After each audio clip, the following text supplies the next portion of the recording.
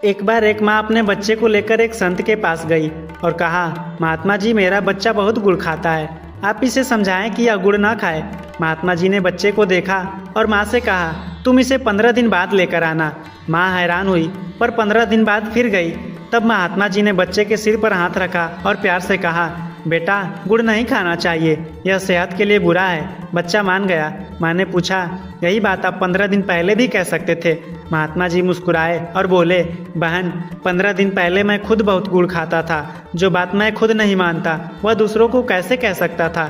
इन 15 दिनों में मैंने पहले खुद गुड़ छोड़ना सीखा। गणित का एक नियम है, शून्य की अपनी कोई कीमत नहीं होती, लेकिन वह जिसके पीछे लग जाए उसकी कीमत 10 गुना बढ़ा देता है। समर्पण का सबसे गहरा रहस्य यही है कि खुद को शून्य कर लो। एक तपती हुई लोहे की कढ़ाई पर जब पानी की बूंद गिरती है तो वह पल भर में जलकर खत्म हो जाती है और बहुत तेज छन छन की आवाज़ करती है, लेकिन वही बूंद जब कमल के पत्ते पर गिरती है तो मोती की तरह चमकती है, और वही बूंद जब समंदर में गिरती है तो समंदर हो जाती है। सत्संगत जी प्यार से कहना जी, धन निरंकार जी। सत्संगत जी आज मैं आपसे एक सवाल पूछने जा रहा हूँ जिसका जवाब शायद आपके पास भी नहीं होगा। सत्संगत जी हम सालों से सत्संग जा रहे हैं, घंटों सिमरन करते हैं और हमने ब्रह्म ज्ञान की वो अनमोल दात भी ले ली है जिसे पाने के लिए ऋषि मुनि तरसते थे। लेकिन जरा रुकिए, अपनी आंखें बंद कीजिए और खुद से सच्चे दिल से पूछिए, क्या इन सालों में मेरा स्वभाव बदला? क्या मेरी जुबान की कड़वाहट कम हुई? क्या मेरे घर के झगड़े खत्म हुए? अगर जवाब नहीं है तो समझिए कि आपने ज्ञान तो लिया है पर उसे पिया नहीं है। हमने चिराग तो जलाया है पर हम अब भी अंधेरे में ही खड़े हैं। आज की ये वीडियो कोई प्रवचन नहीं है, ये एक आईना है। आज हम जानेंगे कि क्यों ज्ञान लेने के बाद भी हमारा जीवन एक इंच भी नहीं बदला और कैसे हम उस ज्ञान को केवल शब्दों से निकाल कर अपने सांसों में बसा सकते हैं। सत्संग जी हम अक्सर क्या करते हैं, हम सत्संग में जाते हैं, सुंदर विचार सुनते हैं और इन विचारों को अपने दिमाग की एक डायरी में नोट कर लेते हैं। हम दूसरों को सुनाने के लिए तो ज्ञान के बड़े बड़े भंडार इकट्ठे कर लेते हैं, लेकिन जब खुद पर अमल करने की बारी आती है तो हम वही पुराने इंसान बन जाते हैं। सत्संग जी ज्ञान एक नक्शे की तरह है। नक्शा होने का मतलब यह नहीं कि आप मंजिल पर पहुंच गए। मंजिल पर पहुंचने के लिए उस नक्शे पर चलना पड़ता है। अगर आपके पास स्वर्ग का नक्शा है पर आप एक कदम भी नहीं बढ़ा रहे तो आप नर्क जैसी अशांति में ही रहेंगे। ज्ञान जानने के लिए नहीं, जीने के लिए होता है। सत्संग जी आज की दुनिया में सूचना की कमी नहीं है। यूट्यूब, किताबें और सत्संग हर जगह ज्ञान बिखरा पड़ा है, लेकिन सूचना केवल आपके दिमाग को भरती है, जबकि रूपांतरण आपके दिल को बदलता है। जैसे एक तोते को रटा दिया जाए कि शिकारी आएगा, जाल बिछाएगा, दाना डालेगा, पर लोभ में फंसना नहीं। तोता यह मंत्र पढ़ता रहता है, लेकिन जैसे ही शिकारी जाल बिछाता है वह उसी पर जाकर बैठ जाता है और वही मंत्र पढ़ता रहता है। हमारी हालात भी कुछ ऐसे ही हैं। हम सिमरन तो करते हैं पर लालच, क्रोध और मोह के जाल में आज भी फंसे हुए हैं। ज्ञान लेने के बाद जो सबसे बड़ा खतरा पैदा होता है वह है ज्ञान का अहंकार। पहले हम अज्ञानी थे तो कम से कम हमारे अंदर सीखने की चाह थी। अब हमें लगता है कि हमें तो ब्रह्म ज्ञान मिल गया है, हमें अब कुछ और सीखने की ज़रूरत नहीं है। यही वो बिंदु है जहां हमारी प्रगति रुक जाती है। जब इंसान को लगता है कि उसे सब पता है तो उसके सुधार के सारे दरवाजे बंद हो जाते हैं। असली ज्ञान वह है जो जितना अधिक जानता है उतना ही नम्र होता जाता है। अगर ज्ञान मिलने के बाद आपकी गर्दन और अकड़ गई है तो समझ लीजिए कि वो ज्ञान नहीं, अहंकार की नई खाद है। तो सत्संग जी कैसे पता चले कि ज्ञान जीवन में उतरा है या नहीं? इसकी जांच बड़े बड़े सत्संगों में नहीं होती, इसकी जांच आपके घर की रसोई में होती है, आपके दफ्तर के तनाव में होती है और आपकी मुश्किल घड़ी में होती है। जब कोई आपकी निंदा करे तो क्या आप अब भी उत्तेजित होते हैं? जब घर में आपकी मर्जी के खिलाफ हो तो क्या आप अब भी चिल्लाते हैं? क्या आज भी आप दूसरों को नीचा दिखाने की कोशिश करते हैं? अगर ये चीज़ें अभी भी वैसी ही हैं तो समझ लीजिए कि ज्ञान अभी केवल जुबान तक है, रूह तक नहीं पहुंचता। सत्संगत जी जीवन तब बदलता है जब ज्ञान स्मृति से निकलकर स्वभाव बन जाता है। इसके लिए 3 चीज़ें जरूरी हैं। निरंतर अभ्यास, जैसे रोज कसरत करने से शरीर बनता है वैसे ही रोज सहनशीलता और नम्रता का अभ्यास करने से दिव्य गुण पैदा होते हैं। सजगता, हर पल जागते रहें। जब भी गुस्सा आए तुरंत याद करें, मैं कौन हूँ, मैंने क्या ज्ञान लिया है। तीसरा है सतगुरु की छत्र छाया। हर छोटे बड़े फैसले में सतगुरु को याद रखें। जब आप खुद को कर्ता मानना छोड़ देते हैं तो जीवन अपने आप बदलने लगता है। सत्संग जी इस यात्रा को अब और गहराई में ले चलते हैं। जब हम कहते हैं ज्ञान तो लिया पर जीवन नहीं बदला, तो हमें उस रुकावट को समझना होगा जो हमारे और सतगुरु के बीच खड़ी है। अक्सर हमारे जीवन में एक बहुत बड़ी खाई होती है। एक तरफ वह है जो हम कहते हैं और दूसरी तरफ वह है जो हम करते हैं। हम मंच पर खड़े होकर प्रेम की बातें करते हैं, लेकिन मंच से नीचे उतरते ही साधारण इंसानों की तरह व्यवहार करने लगते हैं। ज्ञान वह बीज है जो बोया जा चुका है, पर जीवन वह मिट्टी है जिसे तैयार करना बाकी है। अगर मिट्टी सख्त है यानी हमारा स्वभाव कठोर है, तो बीज कितना भी कीमती क्यों ना हो वह अंकुरित नहीं होगा। जीवन तब बदलता है जब हम ज्ञान को तर्क की तराजू से तौलना बंद करके एहसास की गहराई में उतारते हैं। ज्ञानी वह नहीं जो शास्त्रों को रट ले, ज्ञानी वह है जिसके व्यवहार से खुशबू आए। बहुत से लोग समझते हैं कि सुबह शाम सिमरन कर लेना, सत्संग में हाजिरी लगा देना या सेवा के लिए चले जाना ही भक्ति है। लेकिन भक्ति केवल ये क्रियाएं नहीं हैं, ये क्रियाएं तो केवल साधन हैं ताकि हम उस अवस्था तक पहुंच सकें जहां हमारा पूरा जीवन ही भक्ति बन जाए। असली भक्ति है जब आप दुकान पर तौल रहे हो और आपकी ईमानदारी में सतगुरु दिखे, वह भक्ति है। जब आप सड़क पर चलते हुए किसी अनजान की मदद करें और बदले में शुक्रिया की उम्मीद भी न रखें, वह भक्ति है। जब आपकी आंखों में सबके लिए करुणा हो और दिल में सबके लिए दुआ हो, वह असली ज्ञान का असर है। अगर भक्ति हमारे स्वभाव में नहीं उतरी तो हम केवल धार्मिक बने हैं, आध्यात्मिक नहीं। ज्ञान का काम है जोड़ना, काटना नहीं। जैसे सुई दो अलग अलग कपड़ों को जोड़कर एक कर देती है, वैसे ही ब्रह्म ज्ञान हमें पूरी मानवता से जोड़ता है। लेकिन अगर ज्ञान लेने के बाद हम दीवारों को और ऊंचा कर रहे हैं, मैं ज्ञानी वह ज्ञानी, मैं श्रेष्ठ वह नीचा, तो हम ज्ञान की सुई का नहीं बल्कि अहंकार की कैंची का इस्तेमाल कर रहे हैं। जीवन बदलने की पहली निशानी यह है कि आपके अंदर परायापन खत्म हो जाए। यदि ज्ञान लेने के बाद भी आपके दिल में नफरत की दीवारें खड़ी हैं, तो समझ लीजिए कि अभी ज्ञान की रोशनी अंदर नहीं पहुंची, केवल सूचनाओं का शोर अंदर जमा हुआ है। हम सेवा तो करते हैं, पर अक्सर उस सेवा में भी मैं साथ ले जाते हैं। मैंने इतनी सेवा की, मुझे स्टेज पर क्यों नहीं बुलाया गया, मेरा नाम लिस्ट में क्यों नहीं है। जब तक मैं सेवा कर रहा है तब तक फल नहीं मिलेगा। जीवन तब बदलता है जब मैं मिट जाता है और केवल सेवा बचती है। असली रूपांतरण तब होता है जब आप सेवा करके यह भूल जाएं कि आपने कुछ किया है। ज्ञान का अर्थ यह है कि कर्ता केवल तू ही है, मैं तो केवल एक निमित्त हूँ। सत्संग जी, कोयले को हीरा बनने में बहुत समय और दबाव झेलना पड़ता है, वैसे ही एक साधारण इंसान को गुरु सिख बनने के लिए अपने पुराने संस्कारों की अग्नि में तपना पड़ता है। यह प्रक्रिया दर्दनाक हो सकती है। अपनी पुरानी आदतों को छोड़ना, अपने गुस्से को पीना, अपनी जुबान पर लगाम लगाना, यह आसान नहीं है, लेकिन जो इस दबाव को सह लेता है वही चमकता है। अगर आप चाहते हैं कि आपका जीवन बदले, तो आपको खुद बदलने की तड़प पैदा करनी होगी। बिना तड़प के ज्ञान केवल एक बोझ है। ज्ञान लेने और ज्ञान जीने में वही अंतर है जो शक्कर शब्द बोलने और शक्कर को चखने में होता है। आप हजारों बार शक्कर शक्कर कहें, आपका मुंह मीठा नहीं होगा। मुंह तब मीठा होगा जब आप उसे जीभ पर रखेंगे। इसी प्रकार ब्रह्मज्ञान की दात लेना केवल शक्कर का नाम जानना है, लेकिन सतगुरु के वचनों पर चलना उसे चखना है। हमारा जीवन इसलिए नहीं बदलता क्योंकि हम रेसिपी तो पढ़ रहे हैं पर पकवान चख ही नहीं रहे। जीवन तब महकेगा जब ज्ञान रक्त के संचार में शामिल हो जाएगा। ब्रह्मज्ञान हमें देखने का नया नजरिया देता है। पहले हम शरीर देखते थे, अब हम नूर देखते हैं। लेकिन सवाल यह है, क्या हम वाकई वह नूर देख पा रहे हैं? अगर आपको अब भी किसी की गरीबी छोटी लगती है, अगर आपको अब भी किसी की जाति या धर्म से फर्क पड़ता है, अगर आपको अब भी अपनी संपत्ति पर गुरूर है, तो समझ लीजिए कि आपकी आंखों का मोतियाबिंद अज्ञानता अभी हटा नहीं है। ज्ञान जीवन में उतरने की सबसे बड़ी निशानी यह है कि आपको अपने दुश्मन में भी अपना सतगुरु नजर आने लगे। जिस दिन आपकी नफरत तरस में बदल गई, समझ लेना उस दिन आप वाकई ज्ञानी हो गए। अब सवाल उठता है, दाता मैं तो बदलना चाहता हूँ, पर शुरुआत कहाँ से करूँ? इसके लिए 3 सरल सूत्र याद रखिए। बोलने से पहले रुकिए। जब भी गुस्सा आए या किसी को कड़वा बोलने का मन करे, केवल 3 सेकंड के लिए रुक जाएं। उस 3 सेकंड में सिमरन करें। आप पाएंगे कि आपके शब्द बदल गए। रात का लेखा जोखा। सोने से पहले 2 मिनट बैठें। आज अपने ज्ञान के विपरीत क्या किया उस पर पछतावा करें और निरंकार से माफ़ी मांगें। अगले दिन उसे न दोहराने का प्रण लें। तीसरा है संगत का असर। संगत केवल हाल में बैठकर सुनना नहीं है, बल्कि संतों के गुणों की संगत करना है। जिसे आप पसंद करते हैं आप वैसे ही बनने लगते हैं। जीवन तब नहीं बदलता जब सब कुछ आपकी मर्जी से हो रहा हो। जीवन तब बदलता है जब सब कुछ आपके खिलाफ हो रहा हो और फिर भी आपके चेहरे पर मुस्कुराहट हो। एक चंदन का पेड़ उस कुल्हाड़ी को भी खुशबू देता है जो उसे काट रही होती है। ब्रह्मज्ञानी का जीवन भी ऐसा ही होना चाहिए। अगर कोई आपके साथ बुरा कर रहा है और आप भी पलटकर वही कर रहे हैं तो फिर आप में और एक अज्ञानी में क्या फर्क रहा। ज्ञान का अर्थ है बुरे के साथ भी भला करना। आज के युग में भक्ति प्रदर्शन बनती जा रही है। हम चाहते हैं कि सब देखें कि हम कितने बड़े सेवादार हैं, लेकिन याद रखिए जो दिखता है वही बिकता है, पर जो छिपता है वो फलता है। असली जीवन तब बदलता है जब आपकी भक्ति गुप्त होती है, जब आप चुपचाप किसी का आंसू पोंछ देते हैं, जब आप बिना किसी को बताए सेवा करते हैं, तब आपकी रूह का वजन बढ़ता है।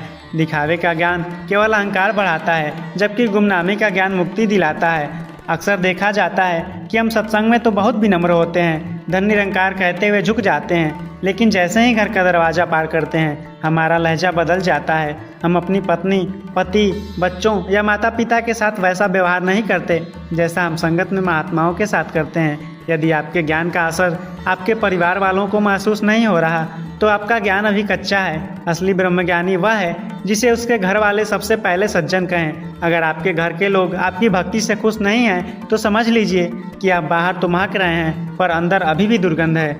ज्ञान जीवन में उतरने का मतलब है घर में स्वर्ग जैसा वातावरण बना देना। ज्ञान का मतलब शक्ति प्रदर्शन करना नहीं, बल्कि शक्ति होने के बावजूद सहन करना है। आज दुनिया में हर कोई ईंट का जवाब पत्थर से देना चाहता है, लेकिन ब्रह्मज्ञान हमें क्षमा की शक्ति देता है। एक समंदर में कितनी ही नदियां आकर गिरती हैं, कितना ही कचरा डाला जाता है, पर समंदर अपनी मर्यादा नहीं छोड़ता। वह सब कुछ अपने अंदर समा लेता है। जिसके जीवन में ज्ञान उतर गया उसका हृदय समंदर जैसा विशाल हो जाता है। वह छोटी छोटी बातों पर विचलित नहीं होता, उसकी सहनशीलता ही उसकी पहचान बन जाती है। जीवन न बदलने का एक बड़ा कारण यह है कि हम अभी भी खुद को कर्ता मानते हैं। हमें लगता है कि मैं कमा रहा हूँ, मैं परिवार पाल रहा हूँ, मैं सेवा कर रहा हूँ। जहाँ मैं है वहाँ तनाव और अशांति रहेगी। ज्ञान जीवन में तब उतरता है जब इंसान निमित्त बन जाता है। वह हर कर्म करते हुए यह याद रखता है कि करावनहार यह निरंकार है, मैं तो केवल एक माध्यम हूँ। जब आप कर्तापन का बोझ उतार देते हैं तो जीवन का तनाव खत्म हो जाता है और आप हर हाल में आनंदित रहने लगते हैं। दुनिया में दो तरह के लोग होते हैं, एक वो जो ज्ञान को बुद्धि में रखते हैं और दूसरे वो जो ज्ञान को हृदय में रखते हैं। बुद्धि वाला इंसान बहस करेगा, नुक्स निकालेगा और दूसरों को नीचा दिखाएगा, लेकिन हृदय वाला इंसान केवल प्रेम करेगा और सबको साथ लेकर चलेगा। ज्ञान तब फल देता है जब वह बुद्धि से फिसल कर हृदय में बैठ जाए। बुद्धि चतुर होती है पर हृदय कोमल होता है। सद्गुरु को चतुराई नहीं कोमलता पसंद है। यदि आपकी चतुराई अभी भी बरकरार है तो ज्ञान अभी सिर के ऊपर ही घूम रही है, दिल तक नहीं उतरा। सत्संग जी, जीवन एक दिन में नहीं बदलता, यह एक निरंतर चलने वाली प्रक्रिया है। जैसे रोज दीपक में तेल डालना पड़ता है ताकि वह जलता रहे, वैसे ही रोज सिमरन और सत्संग के जरिए अपने ज्ञान को ताज़ा करना पड़ता है।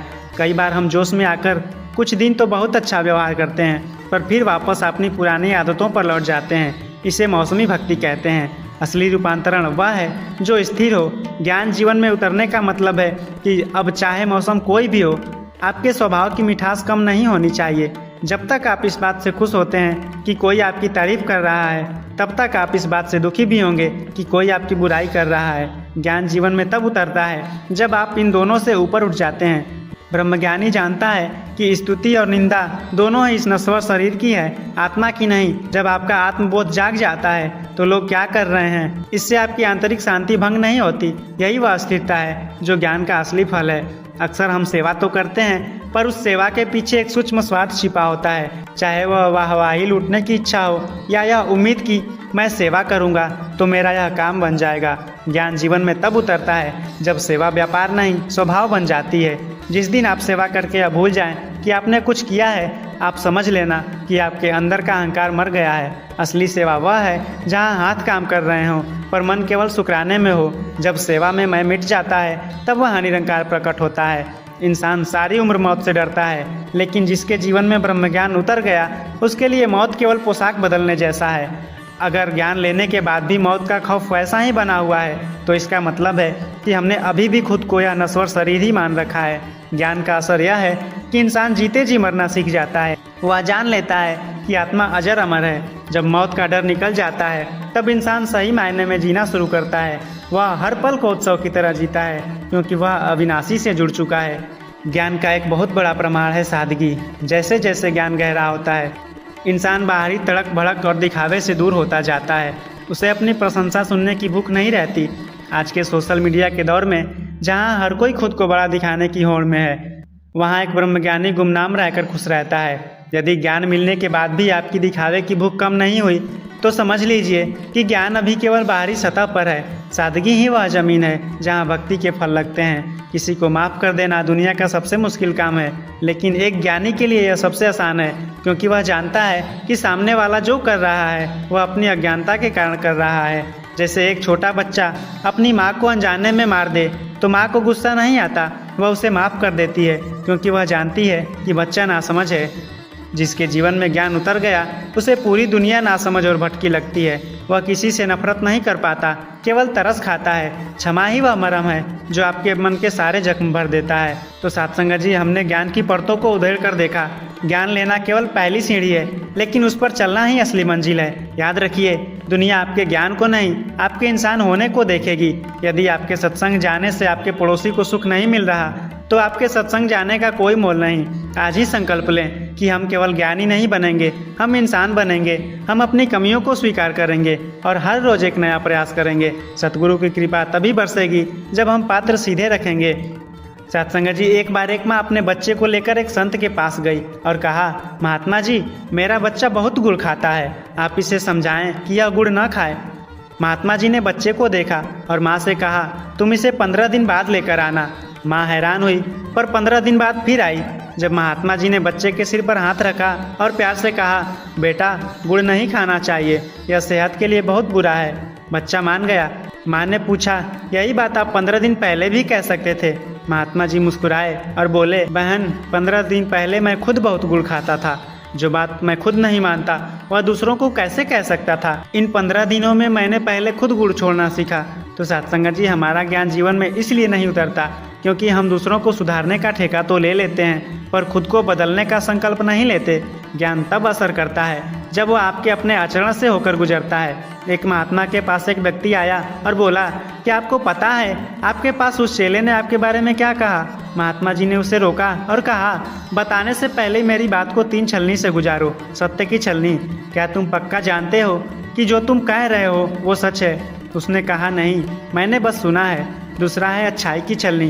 क्या तुम मेरे चेले के बारे में कुछ अच्छा बताने वाले हो? उसने कहा, नहीं, वो तो बुराई है। उपयोगिता की छलनी। क्या वह बात मेरे किसी काम की है? उसने कहा, नहीं, ऐसी कोई बात नहीं।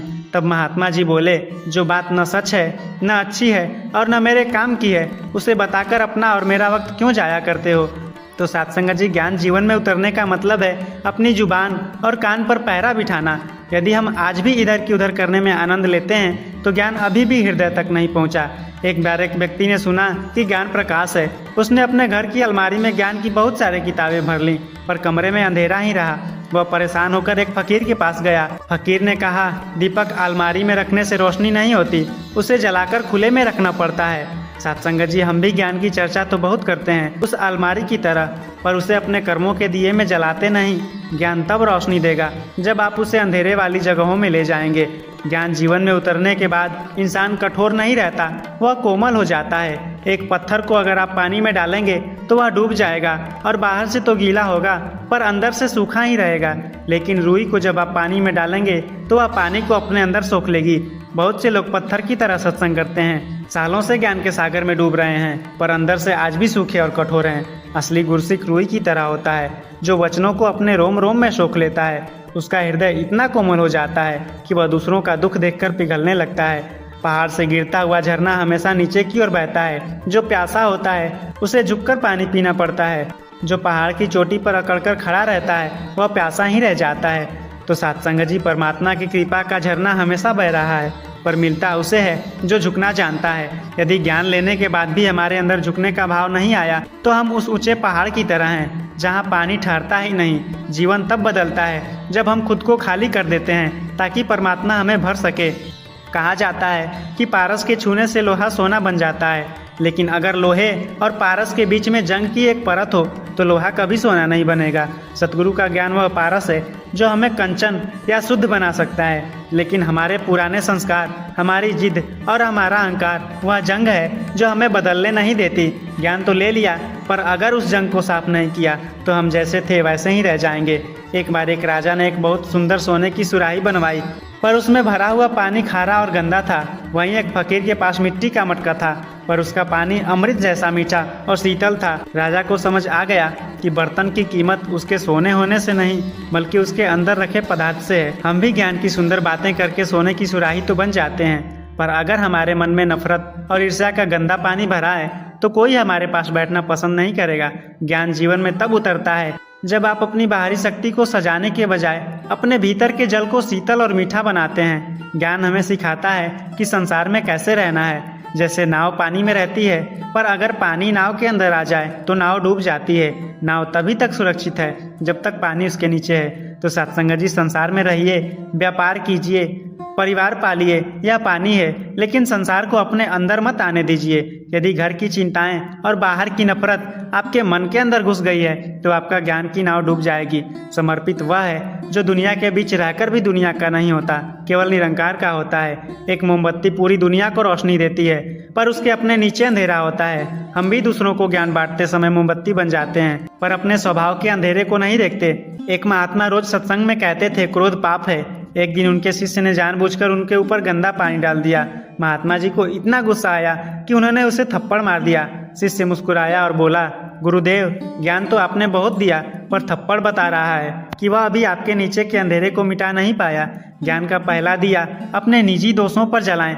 दूसरों को सुधारने से पहले अपनी कमियों को पहचानना ही ब्रह्म ज्ञान का असली असर है। जब तक नमक की डली पानी के बाहर है, उसकी अपनी पहचान है। जैसे ही वह पानी में गिरती है, वह पानी जैसी हो जाती है। जब आप उसे देख नहीं सकते, सिर्फ चक्कर महसूस करते हैं। गुरुसिख का जीवन भी ऐसा ही होना चाहिए। वह भीड़ में खड़ा हो तो अलग से ज्ञानी न दिखे, बल्कि उसका व्यवहार ऐसा हो कि लोग उसे चक्कर कहें, इसके अंदर परमात्मा बोलता है। यदि ज्ञान लेने के बाद भी आपकी अकड़ बाकी है तो आप अभी भूले नहीं हैं। जिस दिन आप मिट जाएंगे उसी दिन आप मिल जाएंगे। एक किसान ने बहुत महंगे और उत्तम बीज खरीदे, पर उसने जमीन को हल से जोता ही नहीं। बीज मिट्टी के ऊपर पड़े रहे और पक्षी उन्हें चुग गए। सतगुरु ने हमें ब्रह्म ज्ञान का उत्तम बीज दिया, लेकिन हमारे मन की जमीन अभी भी अहंकार और संशय की वजह से कठोर है। सत्संग हल की तरह है जो मन को जोतकर नरम बनाता है। यदि आप सत्संग तो करते हैं पर मन को नरम नहीं करते तो ज्ञान के बीज आपकी आत्मा में जड़ नहीं पकड़ पाएंगे। दीवार में लगी खूंटी तभी तक बोझ उठा सकती है जब तक वह दीवार के साथ मजबूती से जुड़ी है।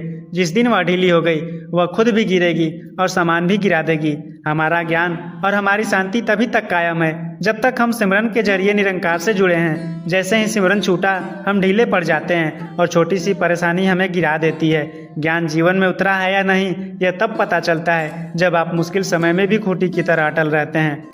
सत्संग जी, ज्ञान कोई ऐसी वस्तु नहीं है जिसे सजाकर रखा जाए, या तो वह पारस है जिसे रगड़ना पड़ता है। आज से ही एक छोटा सा बदलाव लाएं। आज जब आप घर जाएं तो अपनी पत्नी या बच्चों को बिना किसी कारण के प्यार दें। आज अपने उस पड़ोसी को मुस्कुराकर धन निरंकार कहें जिससे आपकी बोलचाल बंद है।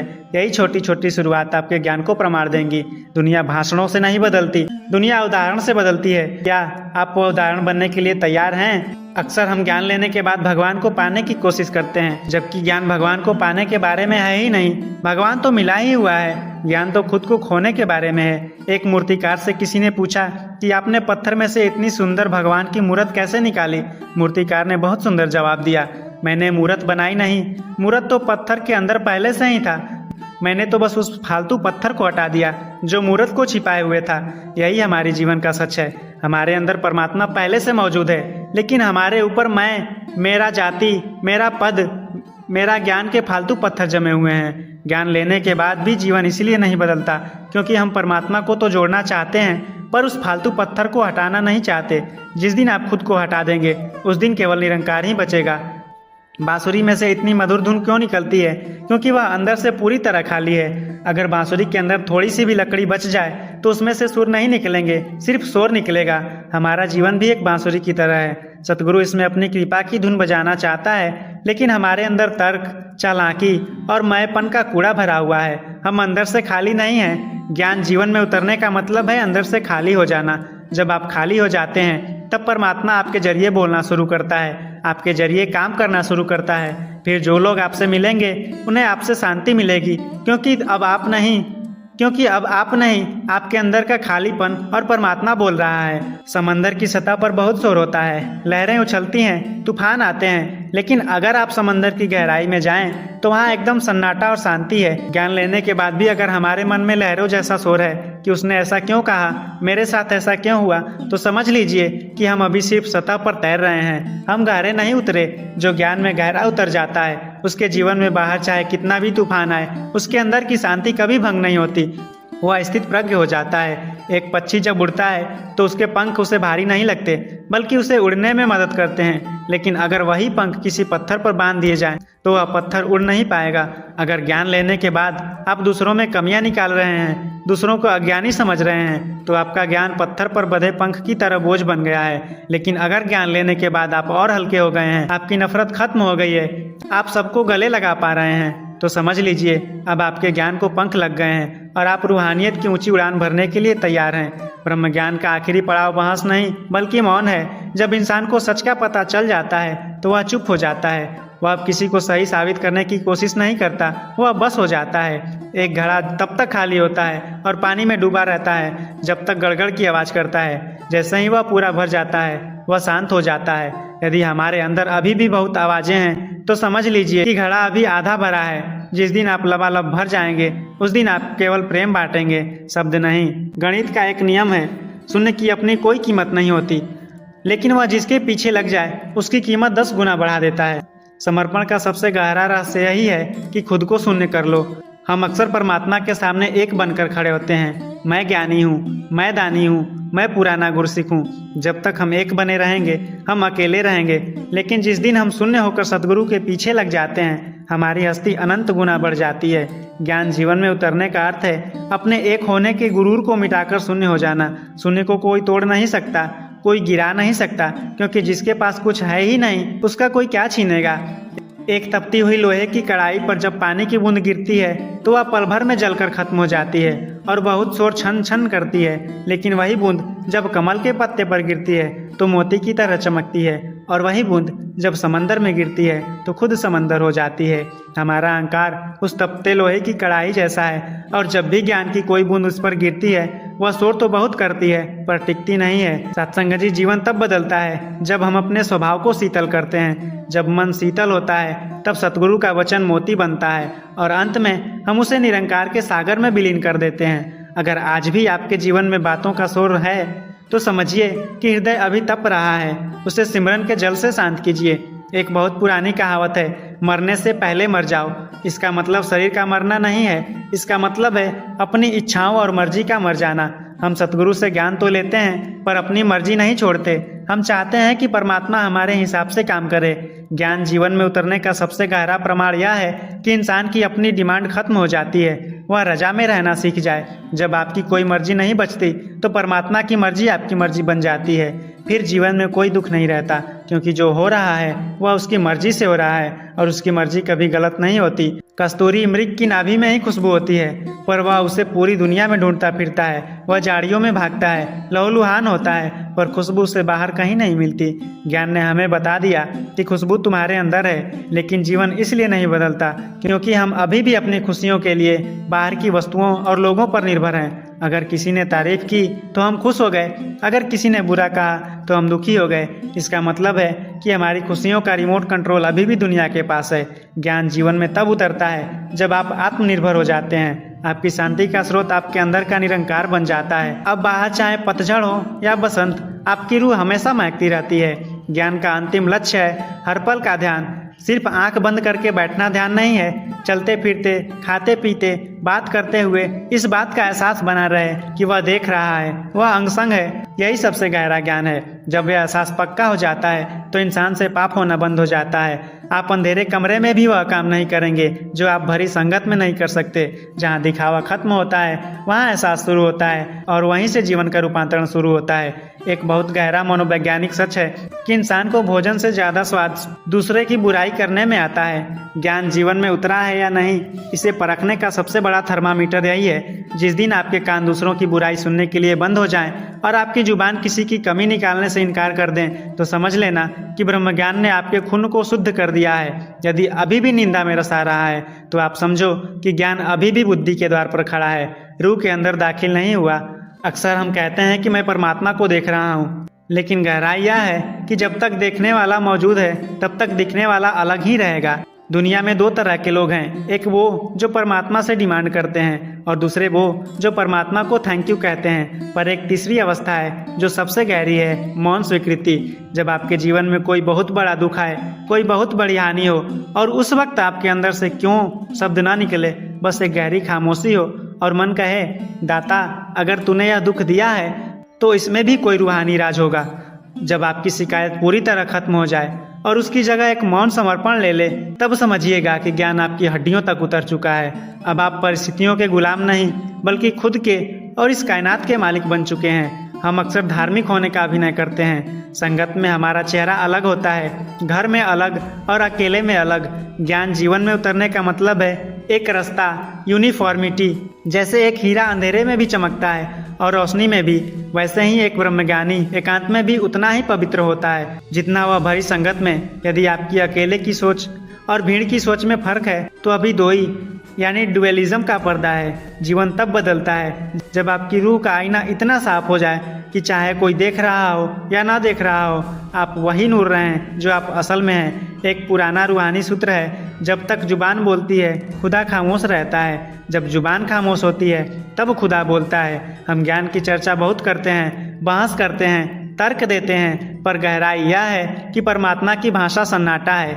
ज्ञान जीवन में तब उतरता है जब आपके अंदर का शोर, विचारों का शोर, इच्छाओं का शोर, श्रेष्ठता का शोर पूरी तरह शांत हो जाता है। उस सन्नाटे में ही आप आपकी असली आवाज़ सुन पाते हैं। तब आपको पता चलता है कि आपको कहीं जाना नहीं था, कुछ पाना नहीं था। आप जो ढूंढ रहे थे वो आप खुद ही थे। सत्संग जी, प्रेम करना और प्रेम हो जाना में बहुत अंतर है। जब आप प्रेम करते हैं तो आपकी कोई पसंद होती है, लेकिन जब आप प्रेम हो जाते हैं तो आपकी कोई शर्त नहीं होती। सूरज यह नहीं देखता कि वह अपनी रोशनी किस पर डाल रहा है, वह फूल पर भी उतना ही रोशनी देता है जितना कांटे पर। जिसके जीवन में ज्ञान उतर गया उसका प्रेम भी ऐसा ही निरपेक्ष हो जाता है।